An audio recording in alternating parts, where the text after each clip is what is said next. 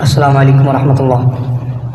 الحمد للہ رب العالمین والصلاة والسلام علی سید المرسلین، اما بعد۔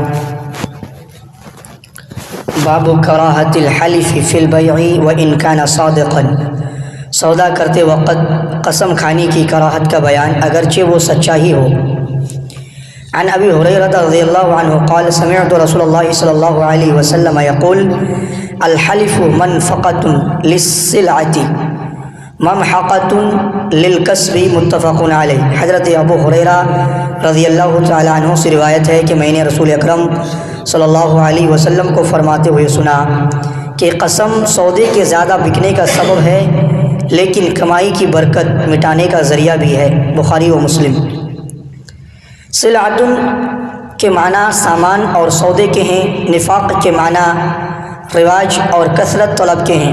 مطلب یہ ہے کہ سودا بیچتے وقت جو شخص قسم کھاتا ہے تو اس کا سودا تو جلدی بک جاتا ہے اور زیادہ بکتا ہے، لیکن یہ طریقہ پسندیدہ نہیں ہے۔ اس سے بظاہر کمائی زیادہ ہوتی ہے لیکن اس میں برکت نہیں ہوتی، بلکہ اس سے برکت اٹھ جاتی ہے۔ اس لیے گاہک کو متاثر کرنے کے لیے قسم نہیں کھانی چاہیے، چاہے وہ سچا ہی ہو۔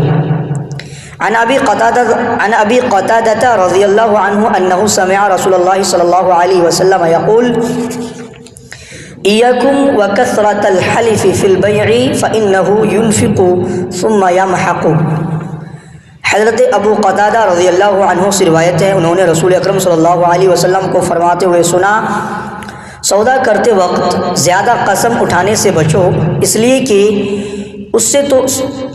کہ اس سے سودا تو زیادہ بک جاتا ہے لیکن یہ طریقہ برکت کو مٹا دیتا ہے۔ صحیح مسلم کتاب البیوع باب النہی عن الحلف فی البیوع، اس میں بھی وہی بات بیان کی گئی ہے۔ اس میں ہمارے لیے غور و فکر کی دعوت ہے کہ جب سچی قسم کھانا بھی بے برکتی کا باعث ہے تو جو لوگ جھوٹی قسمیں کھا کر لوگوں کو دھوکہ دیتے اور اپنا سامان بیچتے ہیں وہ کتنے بڑے گناہ کا ارتکاب کرتے ہیں، اعاذنا اللہ منہ۔